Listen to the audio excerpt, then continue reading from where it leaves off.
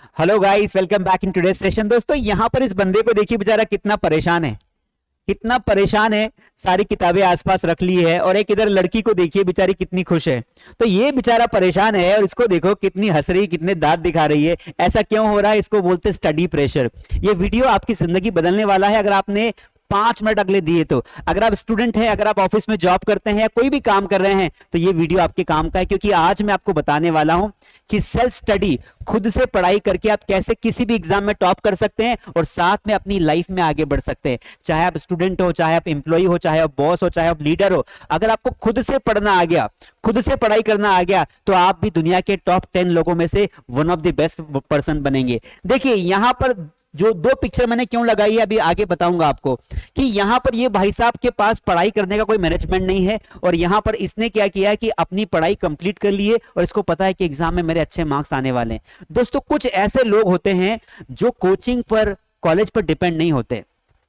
They are not dependent on coaching classes और college और schools. क्यों? क्योंकि वो खुद से पढ़ाई करना जानते हैं। दोस्तों, मेरा नाम है कमलेश यादव और आज मैं आपको बताने वाला हूं how to do self study. जी हां दोस्तों, सेल्फ स्टडी करके कैसे हम परफेक्ट बन सकते हैं, कैसे हम अपने टेंशन को दूर कर सकते हैं।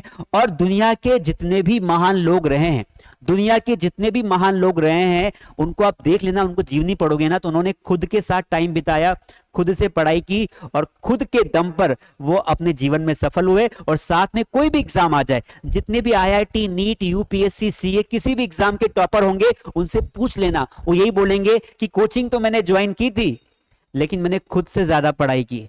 कुछ लोग तो ऐसे होते, बिना कोचिंग के, बिना कॉलेज के, घर बैठे अपने किताबों के माध्यम से, अपने इंटरनेट के माध्यम से पूरे संसार का ज्ञान प्राप्त कर लेते हैं, एग्जाम में बैठते हैं और टॉप 10 में नंबर ले आते हैं। कैसे? क्योंकि खुद से पढ़ना जानता है। दोस्तों, कोचिंग क्लासेस, कॉलेज, स्कूल का काम है आपको गाइड करना। क्या काम है? आपको गाइड करना, आपको बताना। पढ़ना आपको खुद को पड़ेगा भाई। आज आपको बताने वाला हूं 6 ऐसे तरीके, 6 ऐसे टिप्स, जिनके माध्यम से आप सेल्फ स्टडी कर सकते हैं। आप क्या कर सकते हैं? आप सेल्फ स्टडी कर सकते हैं और सेल्फ स्टडी करके आप अपनी लाइफ में आगे बढ़ सकते हैं। तो बहुत शानदार आपको पिक्चर्स के माध्यम से बताऊंगा, आपको कुछ टिप्स देने वाला हूं कि सेल्फ स्टडी क्या होती है, कैसे पढ़ते हैं। दोस्तों, मेरा खुद का ऐसा पर्सनली मानना है कि अगर आपको कुछ टेक्निक्स पता हो गई, तो एक तो एग्जाम के पहले आप अपना सिलेबस पूरा कर लेंगे। दूसरा, अगर आप जॉब करते ऑफिस में है तो आपको पढ़ने की आदत पड़ गई, तो आप अपनी लाइफ में, अपने करियर में बहुत आगे जा सकते हैं। एक ऐसी टेक्निक है जो दुनिया के सफल लोग फॉलो करते हैं, वो है सेल्फ स्टडी। चाहे बिल गेट्स हो, चाहे महात्मा गांधी हो, चाहे कोई भी मार्क जकरबर्ग क्यों ना हो, दुनिया के कोई भी व्यक्ति हो, कोई इंजीनियर हो, कोई डॉक्टर हो, उसकी सफलता का सिर्फ एक ही राज है, वो है सेल्फ स्टडी। अगर खुद से पढ़ना आ गया, क्या आ गया? अगर खुद से पढ़ना आ गया तो समझो आधा काम हो गया। तो सबसे पहली बात, आज आपको 6 पॉइंट बताऊंगा। शुरू करते वन बाय वन फटाफट। अगर आपको वीडियो अच्छा लगे, अपने दोस्तों के साथ शेयर करना और वो सारे स्टूडेंट्स, सारे लोग जो कॉम्पिटिटिव एग्जाम्स की तैयारी कर रहे हैं, उनके साथ शेयर करना, ताकि उनको पता चल जाए कि कोचिंग वोचिंग ठीक है, कॉलेज स्कूल ठीक है, खुद से पढ़ना पड़ेगा। और टॉप करना है तो खुद से पढ़ना बहुत जरूरी है। पास होना है, आगे बढ़ना है, खुद से पढ़ना बहुत जरूरी है। एक बात शुरुआत में आपको बताओ दोस्तों, सबसे पहला पॉइंट आता है कि सेल्फ स्टडी होता क्या है। What do you mean by self study? Self study का मतलब होता है कि अपने एक कंफर्ट जोन में, अपने घर पर, अपने कोचिंग पर, अपने ऑफिस में, जहां भी आपको टाइम मिलता है, कोई गाइड नहीं है, कोई मेंटोर नहीं है, आपको खुद से पढ़ाई करनी है और खुद सिस्टम को समझना है। तो खुद से पढ़कर हम कैसे चीजों को लंबे समय तक याद रख सकते हैं, वो आज हम समझेंगे। देखो दोस्तों, आपने तय कर लिया कि हाँ सर, मुझे लाइफ में आगे बढ़ना है, मुझे एग्जाम क्वालिफाई करना है, मुझे खुद से पढ़ना है, क्योंकि मैं किसी के ऊपर डिपेंड नहीं रह सकता हूं, क्योंकि मेरे पास इतना टाइम नहीं है। ठीक है, तो खुद से पढ़ना मतलब खुद को टाइम देना, खुद को समझना, खुद से रिवाइज करना और खुद का टीचर बनना। Be your own teacher. खुद का टीचर बन गए, जिंदगी भर में कोई दिक्कत नहीं आएगी।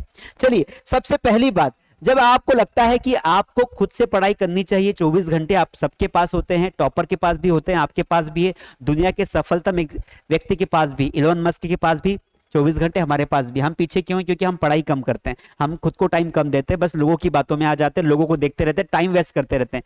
पहली बात, अगर आपको लगता है कि आपको पढ़ाई करनी है, तो सबसे पहला काम आपको क्या करना है? यू हैव टू सी कि आपका स्टडी का प्लेस कौन सा है ना। आपको सबसे पहले पढ़ाई करने के लिए ऐसा नहीं कि कहीं भी बैठ गए। आपको क्या लग रहा है कि नो आप पढ़ाई करने बैठे, मोटिवेट हो गए, पढ़ाई करने बैठे, ऐसी जगह पर बैठे जहां पर बहुत ज्यादा नॉइज है, वहां पढ़ाई में मन नहीं लगेगा। ऐसी जगह बैठे जहां पर बार बार फैमिली मेंबर्स आपको परेशान कर रहे हैं कि ये ला दे वो ला दे, तो भी पढ़ाई नहीं कर पाओगे। दोस्तों अगर बड़ी एग्जाम है तो तैयारी भी बड़े लेवल की होनी चाहिए। सबसे पहला काम करेंगे, हम अपने घर में ऐसी जगह देखेंगे जहां पर कोई आता जाता नहीं है, एकदम शांति वाला प्लेस हो। इस तरीके से देखिए कितना बढ़िया स्टडी रूम लग रहा है।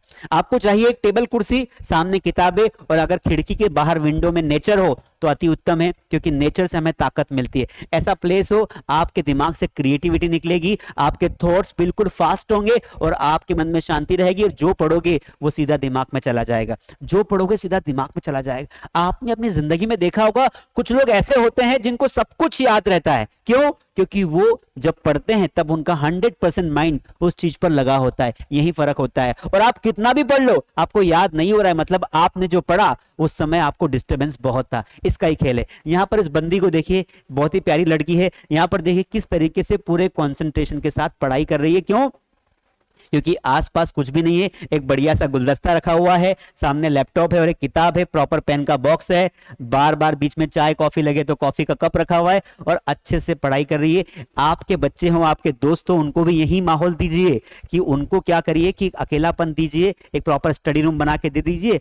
देखिए वो एग्जाम को कैसे फोड़ देते हैं। तो पहला पॉइंट है, हमारा प्लेस ऑफ स्टडी बहुत अच्छा होना चाहिए।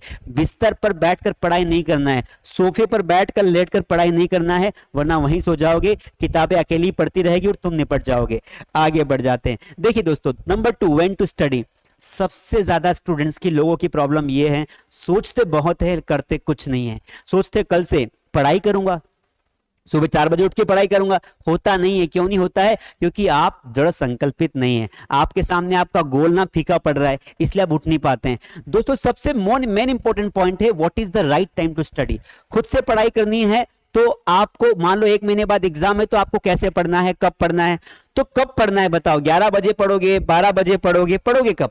मुझे बताइए, क्या what is the right time to study? 11 बजे, 12 बजे, 1 बजे, 2 बजे, कब पढ़ोगे? देखो एक बात आप समझ लीजिए, आपका कोई फिक्स टाइम नहीं होना चाहिए पढ़ने का कि मुझे ये सर ने बता दिया तो मुझे इसी टाइम पढ़ना है। नहीं, आस्क योर बॉडी, अपनी बॉडी से पूछिए कि भाई उस बॉडी को कब अच्छा लगता है। किसी का माइंड सुबह सुबह बहुत एक्टिव रहता है, किसी का माइंड, दिमाग जो होता है ना, वो दोपहर में एक्टिव रहता है, किसी को रात में पढ़ना अच्छा लगता है। तो कोई फिक्स टाइम नहीं है, आप अपना शेड्यूल खुद बनाएंगे। जैसे कुछ लोग ऑफिस जाते हैं तो दिन में पढ़ नहीं सकते हैं तो रात को पढ़ सकते हैं। कुछ स्टूडेंट्स क्या करते हैं, कोचिंग जाते हैं तो रात को पढ़ सकते हैं। कुछ लोग दिन भर फ्री रहते हैं तो सुबह पढ़ सकते हैं, दोपहर में पढ़ सकते हैं। बस करना क्या है, अपना मन कब लग रहा है। मान लो भाई साहब का मन लग नहीं रहा है और खूब किताब को पढ़ रहा है तो कुछ नहीं कर पाएगा है। क्यों? क्योंकि जो पढ़ेगा वो भूल जाएगा। दैट इज वाई पढ़ते समय माइंड ना फ्रेश होना चाहिए। अगर आपका माइंड फ्रेश है तो कोई दिक्कत नहीं है। इसलिए जो भी टाइम आपको बेस्ट लगता है, एक व्यक्ति का नाम बताओ, डॉक्टर विकास दिव्यकीर्ति। डॉक्टर विकास दिव्यकीर्ति का नाम कौन नहीं जानता है, दृष्टि आईएएस के बहुत बड़े फाउंडर मेंबर हैं वो। तो वो रात को 12 से 3 बजे तक पढ़ते हैं, दिन भर अपना काम करते, रात को 12 बजे टहलने जाते हैं, फिर 12-1 बजे किताब लेके बैठते हैं और सुबह के 3 तक पढ़ते रहते हैं, फिर सो जाते हैं। तो फिर भी देखो उन्हें कितना याद रहता है ना, क्योंकि वो लोगों को कलेक्टर बनवाते हैं। कहने का मतलब ये है दोस्तों कि आपका माइंड जब अच्छा एक्टिव हो उस समय आप पढ़िए, लेकिन फिक्स कर लीजिए कि मुझे इसी टाइम पढ़ना है और अपना डिसिप्लिन फॉलो करिए। Number next 3 point, study in breaks. होता क्या है, लगातार लंबे समय तक कुर्सी पर नहीं बैठना है। जिद्दी, ज्यादा जिद्दी नहीं बनना है, जिद्दी होना चाहिए, लेकिन ऐसा नहीं कि 4-4 घंटे एक ही सब्जेक्ट को लेके बैठे हैं, आपको कुछ भी याद नहीं रहेगा, कई बार आप भूल जाओगे। तो आपको क्या करना चाहिए दोस्तों, आपको ब्रेक करना चाहिए। 40 मिनट्स पढ़िए, फिर 10 मिनट का ब्रेक लीजिए, फिर 40 मिनट्स पूरा फोकस लगाइए, फिर 10 मिनट का ब्रेक लीजिए। होता क्या है ना, एक कार होती, कार को दिन भर चलाओगे तो कार खराब हो जाएगी। 100 किलोमीटर चलाया आपने, फिर आपने ब्रेक दिया, इंजन ठंडा हो गया, थोड़ा सा कार को आराम मिला, आपको भी आराम मिला, ड्राइवर को भी आराम मिला, फिर आप चल निकले। फिर आपने 100 किलोमीटर तक कार को चलाया, फिर आपने ब्रेक ले लिया। In the same way our body जो होती है ना, ये भी एक मैकेनिज्म इसके समझना पड़ेगा कि कैसे काम करती है। माइंड ना थकता है, अगर आपका ब्रेन थक जाएगा तो दिक्कत हो जाएगी, फिर आपका मन नहीं लगेगा, याद नहीं रहेगा, 50 समस्याएं खड़ी हो जाएगी। आपको क्या करना है, 40-50 मिनट, जितनी भी आपकी कैपेसिटी हो, 1 घंटा भी हो सकता है, 30 मिनट भी हो सकता है, 50 मिनट या 1 घंटे के बाद आप 10-15 मिनट का ब्रेक लीजिए। लेकिन ध्यान रहे वो ब्रेक सिर्फ 10 मिनट का ही होना चाहिए। ऐसा नहीं कि 1 घंटा पढ़ाई की, बाहर निकले और 4-5 घंटे बाद आ रहे हैं, ऐसा मत करना भैया, है ना, ये देख लो, ये आराम से गाने सुन रहा है, लेकिन 10 ही मिनट सुनेगा, उसके बाद वापस पढ़ाई पे बैठ जाएगा, नाम है लल्लू इसका। चलिए, तो आपको क्या करना है, जब भी आप पढ़ाई करते हैं तो आपको स्टडी को ब्रेक्स में करना है।